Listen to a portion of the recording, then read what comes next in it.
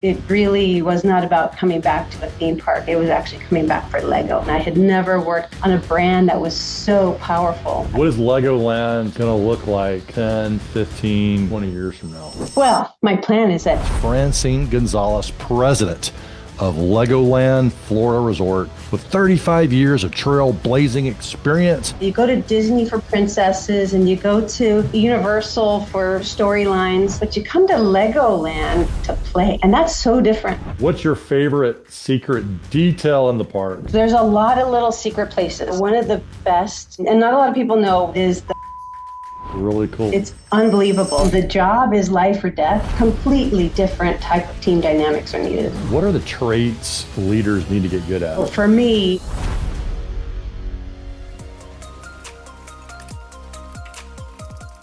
Hey there, everybody. Welcome back to Lead the Team. What if a teenage pool tech grew up to run one of the world's most iconic theme parks? Well, that is Franceen Gonzales, president of Legoland Florida Resort, and a true force in the attractions industry with 35 years of trailblazing experience. She's launched innovations like slideboarding, led international growth as an executive with Great Wolf Resorts and Whitewater, and shaped global safety standards in the industry. She's a bold, visionary, and refreshingly real leader who's as fearless with innovation as she is authentic with her team. Franceen, welcome to Lead the Team, my friend. thank you so much. Wow, I really loved hearing all of that stuff, but it makes me feel really old all of a sudden. 35 years. Yes, I tell you, it is remarkable.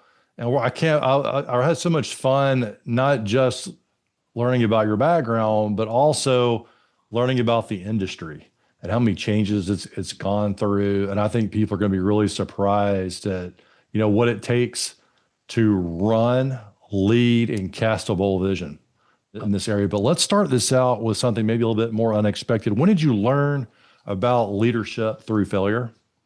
Oh gosh, I failed many, many times. And I think that's one thing that I did learn is that you got to fail. And if you fail fast and you can pivot and change and correct, that's okay. But I think I first started learning a bit about failure. I was really, really a young general manager of a park. And I had a really dynamic, amazing set of team members. I can't say they were a team yet, but they were great team members. So all really stars in their own right. But I needed to get them together to work as a team. And I'd say one of the failures I always recall is they loved to pick at each other's faults. And so I get one that would come in, kid, do you believe it? So-and-so did this and another person did that. And they kind of come to me because one, I think they wanted to be able to poke at places where people were not being excellent. So that's good in the sense that they're trying to help me to understand that we're not being excellent. As a leader, I need to know that. But what I didn't realize is that they were waiting for my reaction. And so as the leader, they were waiting for me to react. How is Franceen going to react to this thing I'm going to tell them about this person who's not excelling? And at first I used to react like, let's go fix this. And I jump up and get ready to go fix it. And I think that was my first failure. My first failure is that I didn't seek to understand. And I really needed to make sure I understood the whole picture. While, yes, I trusted my people, and yes, they were rock stars in their own right, I had to make sure that I could seek to understand the whole picture before I reacted and took an action myself. So that was, I think, the first failure was how I reacted, and the second failure was believing them every single time until I kind of started to figure it out, like, okay, I need to look at this whole thing. One of the sad parts out of all of that failure is that some of those team members, while they were rock stars, they were not good team players, and we had to make the decision that some of them didn't need to be on the team. And that's hard when you see people that really have great talent and they post good scores and they do great work, but they don't play well as a team. And so making some of those tough choices, I think, were probably the right thing to do at the end of the day. But I feel like I've maybe let some people down.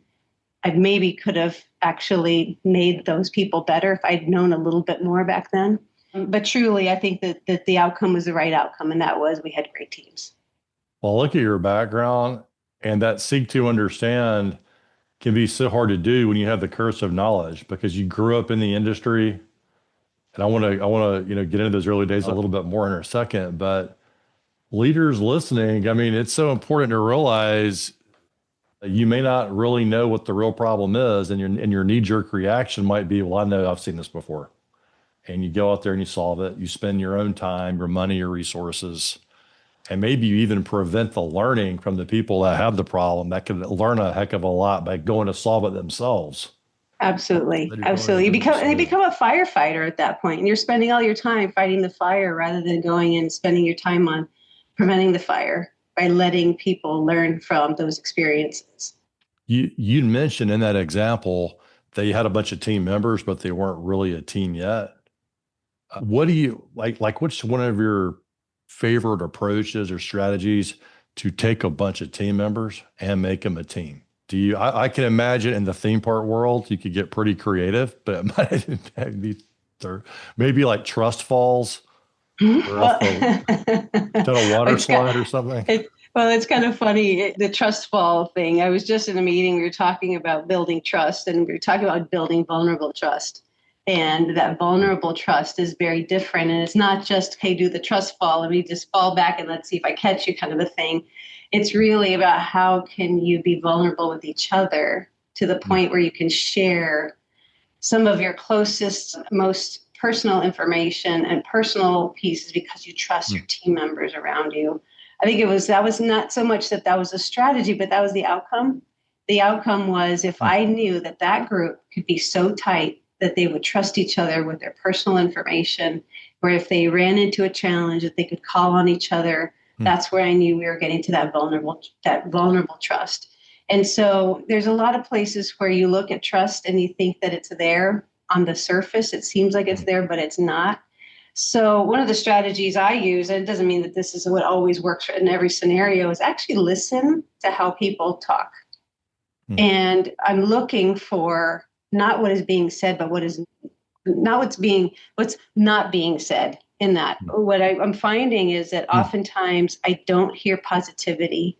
I don't hear encouragement. If I don't hear empathy in the language that's being used, that's going to tell me a lot about whether or not I can build trust with those folks. While I can learn to trust people, can they trust each other?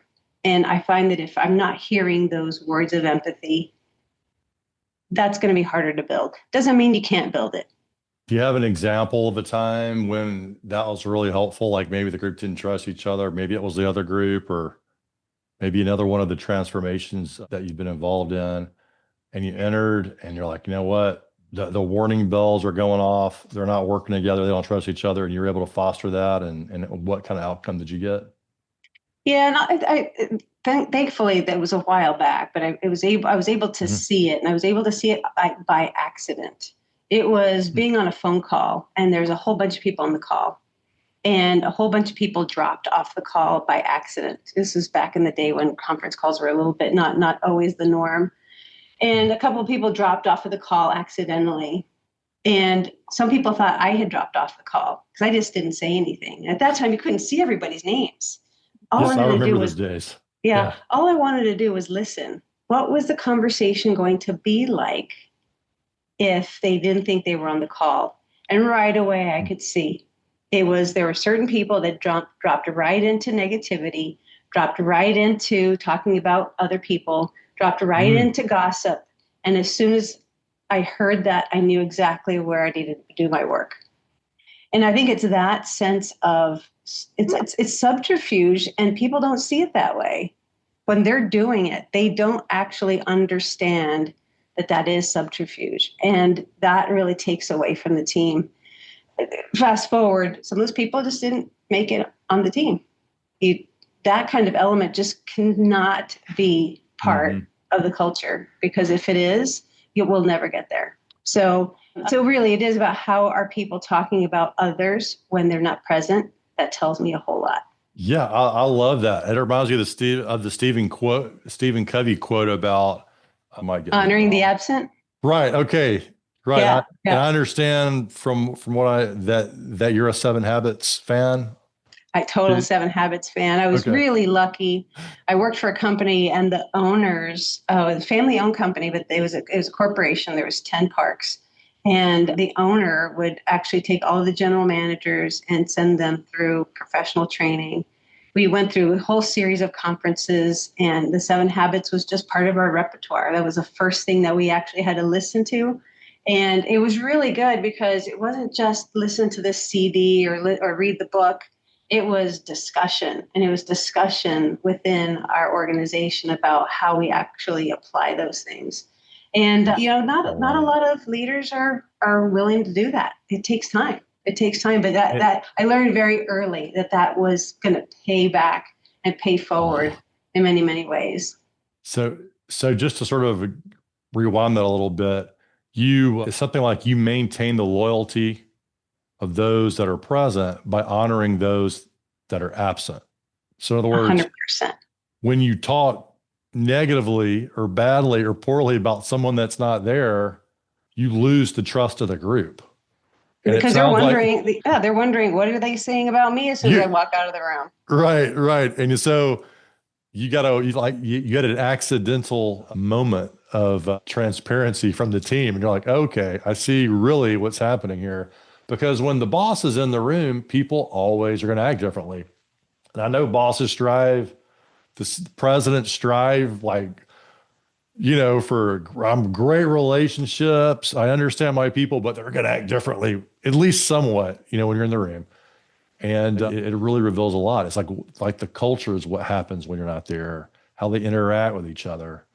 And it sounds like you had to take some bold moves to change out some people, but you were able to strengthen the team overall by finding the right fit. Yeah, I'll tell you, working in water parks, some people just look at it and say, okay, that's fun stuff, Franceen. Gosh, really, is that a real job? I was going to ask that. It seems just like because when we go to water parks or theme parks, we have a blast. We're there to have fun and adventure. It's not. But as a career, though, not everybody takes it that seriously. They think, well, water parks, is that really a real job? But I will tell you something. When you have to train hundreds of people to stay so focused that they are watching this one patch of water, and their vigilance is the difference between a life and a death, that level of training is something that not a lot of people think about. Now, I remember working for Great Wolf, and we really focused in on the lifeguarding teams. And we had some that were performing okay. At the time, we had 13. So we had others that were just stellar. But really what it was how do you instill vigilance in people that are young? How do you instill vigilance by people wanting to do a good job even when no one's looking? And that level of training and that level of teamwork and that level of excellence is something that not a lot of people have an appreciation for. Our lifeguards were so good that we had a problem. The parents would actually leave their kids in the water park, and then go back to their room or go other places because they felt so safe because there were so many lifeguards and they could see that they were doing a great job. But going back to the whole concept of team, when the training is life or death, when the discipline has to be there, that dynamic is so different from everything else. So yes, you go into a theme park and you're going to see the same level of vigilance for ride safety. And you're going to see that vigilance in the lifeguards that are in the water parks. Do you go to any other job? Very few jobs other than EMS and firefighting are you seeing life and death outcomes. When the job is life or death, completely different type of team dynamics are needed. So when you're instilling, what I hear is, hey, I'm really good at instilling care and focus. Like you're getting, especially younger, could be their first or second job, and you're making them care. You're making them focus for hours on end. What are you telling them, or what are you making work there? There's a couple of things, but I like to say that you kind of have to use both tactics, and one is the tactic of fun and future, and the other tactic is actually fear. And so I'll share the fear part only because you kind of have to know that people are in the right mindset to do this kind of a job. So there was a really horrific drowning at a pool. Somebody had gotten a video. This is even before the days of iPhones. They got a hold of a video from a security camera, and you witnessed the entire drowning. You witnessed the entire drowning from the little kid going underneath the water, another little kid seeing them, telling the lifeguard's not doing anything. Finally, they pull them out, and you see this whole thing. And it's really awful. It's really awful to watch. Wow. And we actually used that in our training to weed out, to make sure people are really in the right mindset to do the job. So that was one, was just, this is the reality. So I shouldn't say fear. I should say, share the reality. That was the reality, is that if they didn't do their job, that was the outcome. They would be doing CPR, or somebody would be doing CPR on a kid that could possibly die. And what's at stake? And it's hard to communicate that if you're just standing up there talking about it. And there's a reason that metaphor of a picture is worth 1,000 words works. Absolutely. And, absolutely. But I will say, on the flip side of it, the motivation can absolutely be about fun and future. And that fun being that every day training is fun. Every day the job is fun. Every day your environment is fun. Every day it's full of friends and camaraderie and teamwork and celebration. And if you can create that environment, boy, they will do anything. And they will do anything for each other. So if you get that magic of, I know what I'm getting into, there's a lot at stake, I personally want to do a good job. And oh, by the way, this is my network, this is my environment, this is my family, this is who's counting on me. I want to do a good job. And so the want has to be there. But a lot of people just don't understand what it takes in some of these environments, the amusement industry and the water park industry. We're creating super employees because of what's at stake. Wow. Love that. So taking this in a slightly different direction, you got started at 14, testing pool water. And my perception is you got to the executive ranks fairly quickly, not from 14, but you got that real quick. So I wonder if you could share a little bit of your passion and journey there. But what I really like to hear is, what would you tell that younger person back then getting started? Maybe something that they could do differently to accelerate their success, or try differently, or maybe a success idea that would that you tell that person to try. Sure. Well, so my first job was I was 14. My mom worked at this local water park. She was a teacher. So in the summers, she worked in accounting at this water park. And so I was a season pass holder. So I was that annoying kid that would just kind of hang out at the water park all the time. And my mom finally said, look, it's time for you to get a job. And so they had this pool technician job that was open. And I got the job. I won't go through the whole story of getting the job, but think about it. I'm 100-pound, probably 5'5", 5'4", skinny little girl, kind of taking on this job where you're going to be carrying like big equipment and cleaning pools and climbing into, filtration rooms. And I think probably a lot of people thought I couldn't do it, but I had to kind of prove that I could. And while it was a tough job, at 6 a.m, getting to freezing cold water, vacuuming pools and cleaning them, and then working until the park opened. And then you get to play in the park all day. So that was kind of fun as the first job. But where it accelerated was I just kept doing water park jobs all through high school and all through college, thinking this is just my summer job. I'm not going to do this for the rest of my life. Studied pre-med, thinking I'm going to be a doctor. But the reality was I went to a trade show and I went to a conference and I realized, wow, these things are everywhere. I could actually do this as a living. And my mom wasn't real happy at first. But I think that what was quickly realized was, one, I loved being in these team environments. The owner of the park used to fly me home from college every weekend from spring break all the way through until the park opened.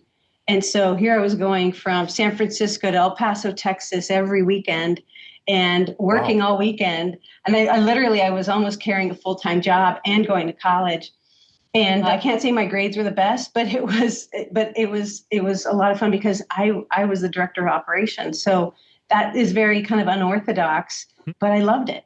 And I loved that environment and I wanted to do a good job. So I'd say the lessons that were learned there was, one, I didn't get a chance to experience maybe some of that university experience I probably should have done and learned a couple of other new things. But I will tell you, I was already working at a very high level coming out of college and then immediately going into a higher level of management. So what made you so valuable at that young age that the leader of this theme park is buying you plane tickets? Like, we have to have Franceen here to do this, because you must have figured something out, how to be valuable, that valuable, where he's like, I gotta have her here. I mean, just flying Well, 2 time zones back and forth. yeah, yeah. Well, I'll say so. Barry Edwards was his name. He was an attorney who ended up owning a KOA, who turned it into a water park, and his daughter now operates that same water park. And he was really incredible. He was my mentor for many years. I learned a lot about risk management from him. He tried his own cases. He won every single one of them. He was a really, really excellent thinker, very pragmatic gentleman. One of the things I think that what made me valuable was I was a hard worker and he knew it. He knew I would put the time in to make sure things got done right. And I remember there was a time where, he's the owner of the park. And at the time, maintenance teams reported into me. Well, what would happen is he'd go in and he'd tell the maintenance guys, go do this, go do this, go do this. Finally, I had to say, hey, Mr. Edwards, can you do me a favor? Can you stop telling my people what to do? Because I've told them to do something else. And now I can't get my part done. I'll do yours gladly. But you tell me, I'll make sure that my team gets it done. Because right now, all they're telling me is, well, Mr. Edwards wanted me to do this. So I'm sorry, Franceen, I'm going to let you down and not do your piece. So, I had to learn very early on to have that level of conversation with my owner and my boss. And so I think that they value he was that. quite a bit older, right? So you're Oh, already yes. at a young age, you're sort of naturally speaking to like, you're not putting up this facade of, hey, I can't talk to the owner of the park. No, we had a very good relationship. I felt like I could be pretty straight up with him. Okay. And then that accelerated a lot of things where I didn't hide anything from him. I wasn't trying to sugarcoat anything. I wasn't trying to look good. I was just trying to do good work. And I saw something in my way, I would tell him. And he was really good. He actually was really good about that. Funny little story, and he knew that I was a driven person that just wanted to get stuff done. He was late for a court case, and he's got all of his stuff. He's got his car, but somebody backed in a semi truck behind his car, and so anyway, I went into the semi, because it was abandoned. The driver was somewhere else. I actually got in the semi truck and I figured out how to drive it and air brakes and all. And so I drove the semi truck down the road so that I could get out of the way of my boss's car. And so the semi truck driver comes running out thinking it's being stolen. I'm like, no, just you parked it in front of my boss's car. So that was always me. And I think he was a little surprised seeing this small woman coming out of his semi truck, but literally removing obstacles from your boss. Yes, that's right. That's right. And that was really, I think he knew that that's the kind of person that I was, and he needed somebody like that. Yeah. Wow. That's a really cool story. And it sounds like a trait that has served you well. After that, I understand you went to Six Flags, right? You went to some really, did you just decide, hey, I'm going to go at that point, I'm going to go deep here. I'm going to go work for the big brands of water parks or? Yeah, it wasn't so much about big brands at the time. I think for me, so I left that local water park where I grew up, and that was family owned, very family owned, and a lot of autonomy. I wore a lot of hats. And I went to go work as a general manager for this family owned company that had 10 parks in Arizona and California. Okay. And they were phenomenal. It was very different because it was still a family-owned company, but had a lot of processes in place, and they had a larger footprint. And that was great. This is where I learned a lot of the Stephen Covey pieces and got a little bit of that background. But when I went to Six Flags, that was purposeful. I've been recruited for I've been recruited for every job that I've had. So I don't know that I've ever gone really looking for another job, which is a very, privileged place to be. So I'm really grateful for that. But being recruited by Six Flags to go there, the only reason I was really intrigued by it was I wanted to work for a publicly traded company. I had done the private stuff. Okay. I had done family stuff. Hmm. I really wanted that experience of a publicly traded company. And that was Six Flags. So I knew there was going to be a financial acumen that I was going to learn. I knew that there was going to be a discipline that would be associated with that because it was publicly traded. I got all of that and more. It was pretty challenging at first. But every single time I've moved jobs, it has been, I don't say yes to everything, obviously, but I have been purposeful in the things I want to learn. So every single time it's about learning. So Great Wolf, I wanted to learn resorts. Six Flags, I wanted to learn public company. Great Wolf, I got both. I got public company and then we went private. So I got both of that. I went from, domestic North America to wanting to go global. That's why I went to Whitewater. So each time it was, all right, you want me to come work for your company? Tell me what I'm going to learn out of this. And if it's compelling enough, then that's where I make that choice. Sounds like a great North Star. Too many people make changes just for the paycheck. Yeah. But hopefully, asking a deeper question like that can go to bigger results, beyond that. And obviously, yeah, I get that question a lot. You keep stacking jobs. You keep moving to bigger and bigger roles. Well, I think that sometimes what I find is that it's not always that paycheck or that title, but it is about what you're going to acquire from a knowledge base, but also what can you give? Like you see a place where what can you give? And I think there's also that opportunity where if you are going to make a change, make it count. Love it. Well, what's something that would surprise our listeners who have been attending water parks and resorts and theme parks their entire lives, but have never gotten behind the scenes to see? Well, I'd say that, behind the scenes of a lot of these places, it's probably all the same stuff. If you go into, there's orange juice that's made just right around the corner here from Legoland. And if you went into their back of house, you probably see a lot of the same things. There's machines that make money.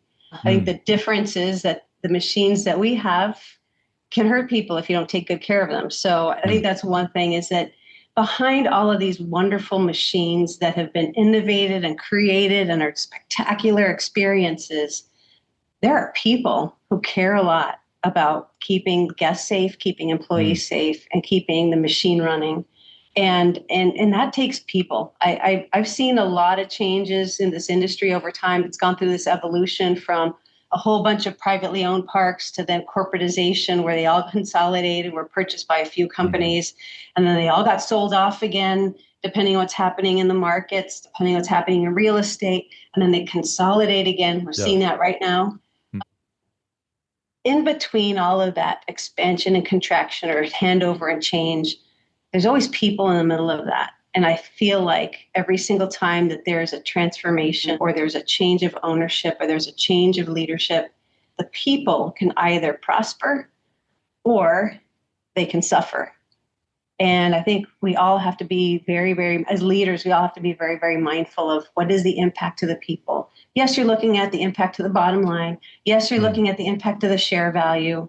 But really think about the impact to the people. Because if you don't pay attention to that one, your EBITDA and your share value are going to be in the toilet. Yeah, it's a people business. I mean, you've got all these other factors like the machinery and the safety, but ultimately, people are the ones running the thing and checking on it. Well, I'll tell you, during COVID, we saw a huge drop in the number of people with the right level of knowledge.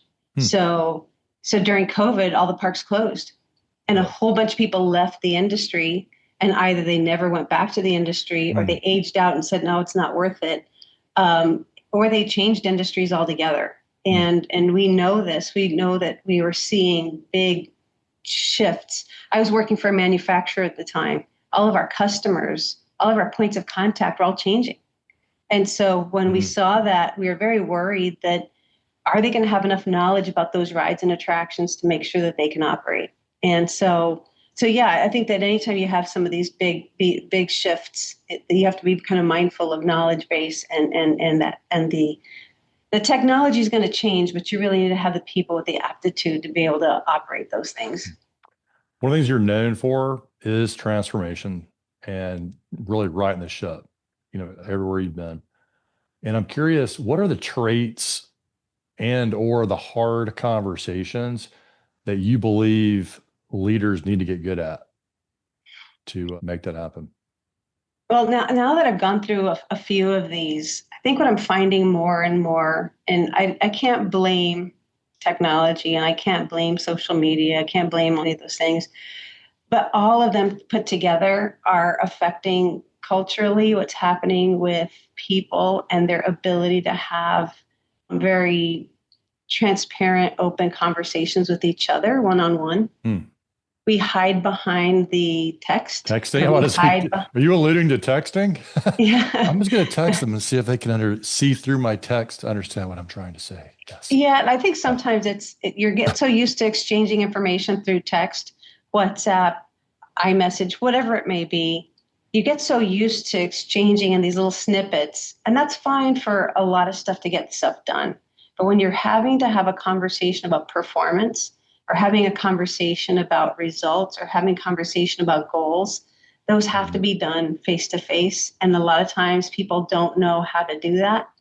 I think the hardest part is when you have people that are older and they've never had that experience because their management in the past never taught that within their environments. And so I think that's I can really expect them to do something that they've never experienced positively themselves and they don't practice. Yeah. And now there's actual conversation that needs to happen. Yes.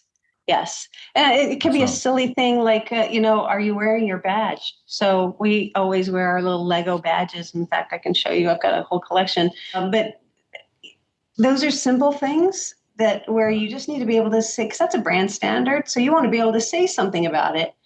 If you've got management teams that are afraid to do that, that's a problem. That's a problem. So I guess if I could say that over time, what I've seen is that skill and that diplomacy and having that ability to have, very direct conversations in a productive way. That's a lost art, I think. I'm seeing it now. I spent 11 years in manufacturing. I ran into some of that there, but I was not surprised. But coming back to parks, I was surprised to see that. That's a very good point. It does seem like it's becoming a lost art, and it wasn't easy before technology, texting and instant message, but now it's even tougher. Yeah, it's a really big thing. So I'm curious from your standpoint. I'm wondering if it may come a little more naturally for you based on your stories of you talking to the KOA. 100%. Well, what do you say to your team about this, to like the badge situation, if they're not used to it, if they're not ready to have this, to really become a more direct communicator, and it's so valuable, what does your conversation with them look like? Or, what's your advice to leaders who are like, what, she's absolutely right. And I don't quote like confrontation, even though a badge conversation, hopefully it's not a full blown out confrontation. Yeah. You would think these are simple things, but yeah. Keep in mind that my background is about vigilance and perfection in the performance because it's life or death. So those little things like badges make a difference because if you won't do the badge, what else won't you do? So for me, there's some people that might say, gosh, Franceen, that's a bit pedantic of you to be talking to us about, how are we going to get people to perform better because we want to have honest conversations. You have to. You have to. And I don't think people realize just how much of a dearth of that is there. Think about your own families. You got that one really poorly behaving cousin that always goes to the Thanksgiving dinner and is total jerk. Who's going to be the one to go and have that conversation with them to say, hey, you're being a jerk? Nobody wants to be that. Well, I'm calling you. I'm going to call Franceen to come to Thanksgiving. I'm the one that will have that conversation. And it is an art and it is something you learn over time. So what I would say to leaders is go listen to your teams. If they don't know how to have those tough conversations, you need to teach them. And you teach them by practicing and you practice it yourself. by giving them that feedback. And it's a lesson I need to learn. I think I came back into park operations and thinking, I can do this. And then all of a sudden you get into the environment and you're like, oh, I can see that this is a little bit harder to have that direct conversation. And mostly because there's a lot of moving parts. There's, and especially when you're in complex matrix organizations, that's a little bit harder than a hierarchical organization. So where it might be pretty easy, I'm your boss, I can have that conversation with you. Maybe I'm your peer. And now I have to have that same conversation. So I think there's been a shift more to matrix organizations. I'd say that becomes a little bit harder. Yeah. Again, it goes back to that vulnerable trust. If you can get there, then everybody should be open having those conversations. So I'll have a lot more questions. I don't have a lot more time, but I want to ask more about Legoland. I want to hear about the largest concrete pour in Florida. Y'all, there's a lot of concrete in Florida already. Yeah. So the standard and the benchmark is high. Yeah. Well, this is the largest. Yeah, I would say it was the largest continuous concrete pour. Okay. So I want to say, I don't know the stats in front of me, but I want to say it was like 300 cement truckloads of concrete. 300. Yes. And so they had to have 3 different plants constantly running so that we could get concrete here. And so this is our brand new attraction. So it's still somewhat secret, but it's been announced as an indoor roller coaster. So we're really excited. It'll open in early 2026. But it's 3 feet of concrete that is the foundation of this ride, and it's a highly technical ride. The margin for error, any one of the bolts that supports those foundations could be off only less than 2 millimeters. That was it. Wow. That was the tolerance. So when you're going to pour concrete, you better get it right. There's not a lot of changing around after that stuff's poured.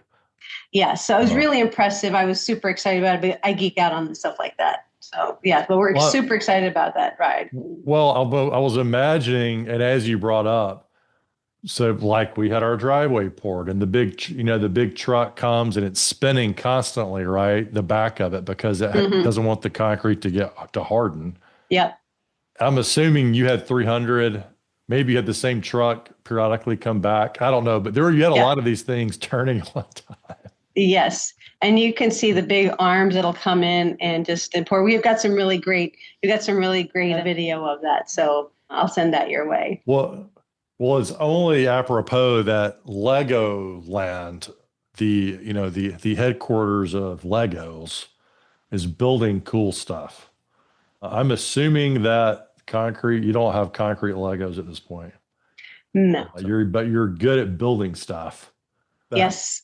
Yes. Well, 2025, I would say it doesn't feel like Legoland out there. It feels like construction land. So we just built a brand new Sea Life that just opened on my birthday, June 6th. It was really great. It was a really great gift to be able to open up Sea Life. So 3,000 new sea creatures there, and they're now part of our family. So we have to take good care of them. State-of-the-art life support system, really cool exhibits. It's theme park under the sea. So when you go there, a lot of the exhibits are you won't see anything like it anywhere else. So that's exciting. And we're continuing to grow, and we're continuing to expand and improve parts of Legoland.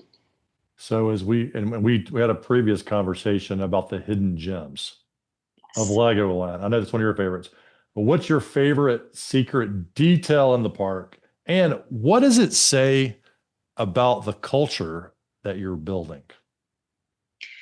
Oh gosh, there's a lot of little secret places, but I will say one of the best places, and not a lot of people know, but Legoland was built on the site of Cypress Gardens. And so Cypress Gardens got started in the 1920s, 1930s. And literally the banyan tree showed up as a banyan tree came out of Southeast Asia, showed up in a pot. They literally put it in the ground at Cypress Gardens, and it is now a cathedral of a gorgeous, gorgeous cypress banyan tree. And it's unbelievable. Anybody, when I say, well, have you seen the banyan tree? They're like, I don't know what you're talking about. Then they see it, and you can just see their eyes are just like, it's incredible. It really is incredible. And it is such an amazing spot. That's probably one of my favorites. On Cool. the Lego side, one of my favorites is going to Miniland. Now, Miniland is always the heart of a Legoland.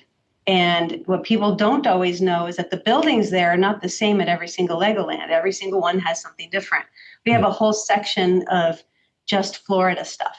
So you'll see Bach Tower there, you'll see Daytona, you'll see a space shuttle launch, but Miniland in particular, pay attention to the scenes. There's so many little Hmm. scenes there. And interestingly, I remember I got it was an email from a guest, and they were questioning why there was two males being married in the Las Vegas chapel. And so, and I think for them, they were trying to explain to their child, like, why is there two males that are being married at the chapel in Las Vegas? And so, everybody gets married in Las Vegas. And so, you have to have that conversation that we are Wow. open to everyone. Hmm. And so Yeah. there's little details like that that you might not see at a mini land until you actually go in and take a look at the scenes. Now, there's all sorts of really fun ones too, like the marching band that's in front of the Capitol. And that one's really cool to see because you're actually seeing the marching Hmm. band come around. And the pirate scene that has there's a pirate ship that's kind of like half in the water, and just every little scene has a story, and I love that. That's what Miniland's all about. That's I love it. And so starting to wind this up, because I actually this is the question that I was either going to open up with and kind of start. We kind of went and we went in the other order, which is fine. That's But I mean, okay. Lego is iconic. I mean, it has been around forever. I'm 49 years old, and I had Legos. My daughter's 14. She has Legos. What is it like having a theme park based on such an iconic thing that I don't want to be hyperbolic about it, but I believe that Lego is really important in the world for kids' imaginations about building, about creating, empowering them to think about building things. And some of the greatest buildings in the world have been built and designed by people that were kids playing with Legos. So what's it like, and what's that responsibility like? Well, I remember I was telling you about, you make a decision to go places. When this opportunity came up, it really was not about coming back to a theme park. It was actually coming back for Lego. And I had never worked for the Lego brand before, and I had never worked on a brand that was so powerful. I mean, it is the number one toy brand in the world, and it has been built over nearly 100 years. And so, and the family that started it all still owns the company that owns Lego. And so having the family environment, and they really treat Legoland as they don't think in terms of the next quarter. They think in terms of decades. And so they're constantly looking at how are we taking care of our brand? They're very, very strict with the brand. Is the quality there? One of their mantras is only the best is good enough. I loved that because that would really embody kind of the way I think of things is that, Mm, your game's gotta be up here. And mm, for them, quality was the piece of it. So one, long-term investment, and two, that the quality was going to be there. So those two mm, things are values that align with mine. But I wanted to work mm, with a brand like that. Now, I've had opportunities when I was in working for Whitewater, working for other brands like Nickelodeon and others, and those were really fun, really, really mm. fun projects. I couldn't wait to do those. So when this came up, I said, okay, I'm going to get a chance to work on lots of projects with a really powerful brand. And Yeah. that's been an amazing experience. Mm, I'd also say that, everything was about play and creativity. You go to mm, Disney for princesses and you go to Universal for storylines, but you come to Legoland to play. And that's so different. And you're coming for creativity. And there's so many different places where you get to, play with Lego. And I'm going to have my tough conversation with you, Ben. It's Lego, not Legos. That's something I learned right away. So Oh, the Lego is also the plural. plural. It's like Yes. deer. It's Yes. like okay. The, Yeah. the plural of Lego is Lego. Like, that's right. That's right. Well, So now thank I blew goodness. your mind, and now we get a Well, chance you to. have many times, and now you just did it again. So thank you very much. But yeah, The Lego so world. Lego is really it's a differentiated experience. You're going to play with Lego in Yeah. ways that you cannot do by going buying your set at Walmart. It's something that's completely different, and really kids and adults that love Lego, this is the place to come. So what? A couple more questions because you just unroofed other ones coming to mind here. What is the future of Lego going to be, and what's its role in the world of AI? When kids are just becoming more and more and adults on their phones, in this abstract world, what do you see as Legoland's place? Well, I can't really speak for the Lego organization because this is Legoland, which is operated by Merlin Entertainments. But what I would say is that the world is changing and it's changing to this digital world. But there's still always going to be this tactile kind of visceral world that we have to pay attention to. Where does your emotion come from? Is your emotion tactile? No, not always, but you do emote when you play with Lego. So, if you really think about it, what is digital? Digital is a concept, Hmm. but it's also really, it's not tactile. So, what is it? Can you emote in the same way by doing something digital, or can you emote the same way by doing something tactile, like playing with Lego? I think there's going to probably be a marriage of both.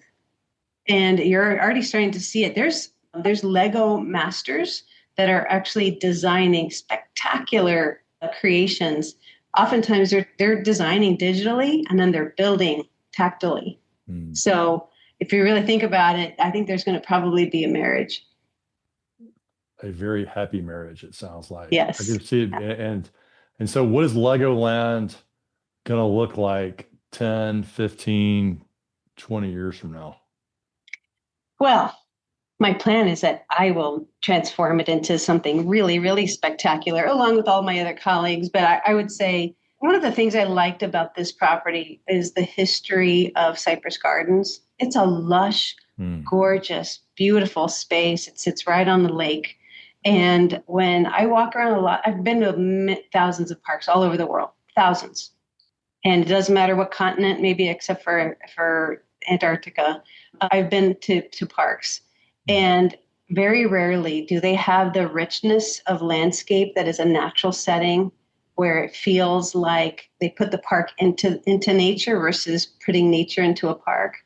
And Hmm. so this one feels like they put a park into nature and they did it very nicely. So there's shade, it's beautiful, it's lush, it's green, and there's a calm that you feel. It's Hmm. not a concrete jungle.